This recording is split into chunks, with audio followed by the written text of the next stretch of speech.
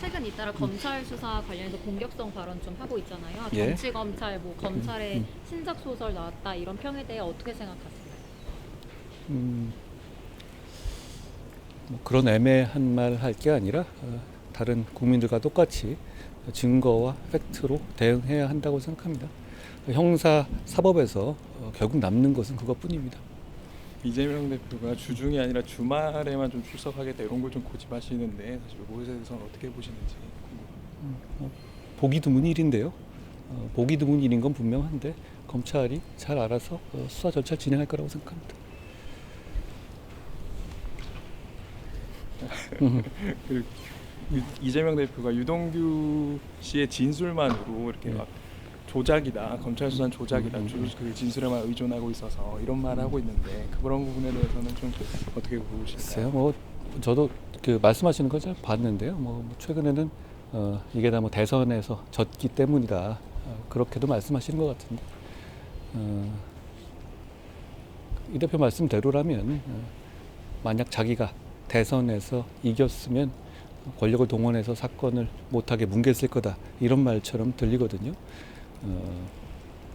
표를 더 받는다고 있는 죄가 없어지면 그건 민주주의가 아니라고 생각합니다.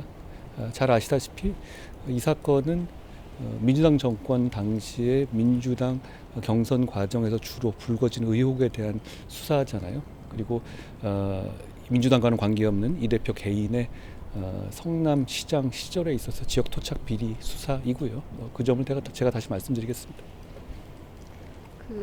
뭐 장관님 대상 관련해서 뭐 채널A 사건 등 그런 특검법에 대한 입장은 어떠신가요?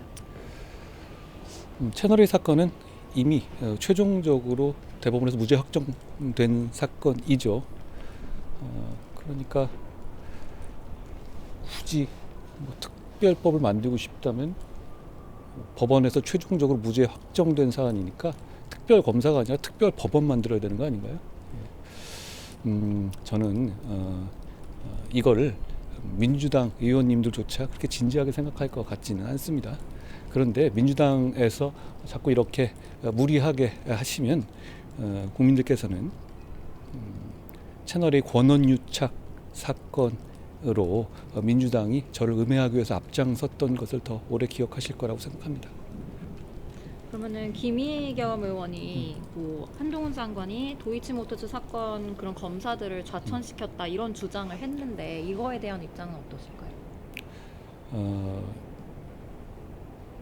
통상적인 정기 인사 기간에 따라서 근속 연수가 된 검사들에 대해 인사하는 건 당연한 거고요.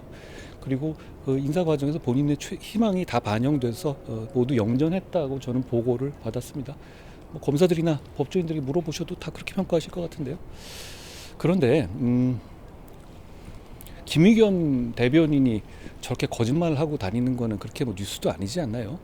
그리고 오히려 저렇게 김의겸 대변인이 매번 거짓말하고 매번 들키는데도 민주당의 대변인직을 유지하고 있는 게 더 저는 뉴스라고 생각합니다. 또 비동의 간음죄 관련해가지고 얘기가 좀 많이 나왔었잖아요. 그 법무부가 좀 검토하고 도입이 필요하다 이렇게 보시면은 또 도입할 수도 있다 뭐 이렇게 볼 수 있을까요? 시간이 괜찮으시면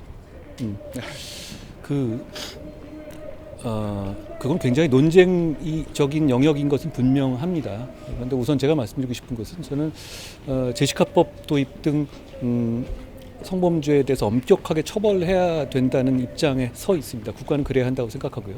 다만 이 문제는 그렇게 입법을 할 경우에 그 수사와 재판의 현장에서 동의 여부에 대한 입증 책임이 검사가 아니라 사실상 피고인에게 전환되게 될 겁니다. 그러니까 동의가 있었다는 것을 피고인이 입증해야 되는 상황이 될 거죠. 조문 구조상 그렇게 될 수밖에 없거든요. 그렇게 될 경우에는 억울한 사람이 죄 없이 처벌받게 될 우려가 있습니다. 그렇기 때문에 저희는 신중하게 검토를 해야 한다고 말씀을 드리는 것이고요. 그것이 법무부 입장이고, 그리고 참고로 법원에서도 그런 이유로 이 신중 검토 입장을 갖고 있는 것으로 알고 있습니다. 조금만 더 부연 설명드리자면, 뭐 다른 나라 스웨덴이나 뭐 독일이나 이런 데서 도입한 부분이 있잖아요. 그게 법 문화와 법 시스템에서의 어떤 차이를 좀 고려해서 검토를 해주셔야 될 것 같아요. 그러니까 무슨 의미냐면 그 나라들은 성범죄에서 유죄 판결을 받는 확률이 굉장히 낮습니다. 그러니까 그걸 보완하기 위해서 그런 개념을 도입한 면이 있거든요. 제 기억이 정확한지 모르겠습니다만 우리나라는 성범죄, 강간죄나 이런 성범죄에 있어서 법원의 유죄 판결률이 90%가 넘을 겁니다. 그런데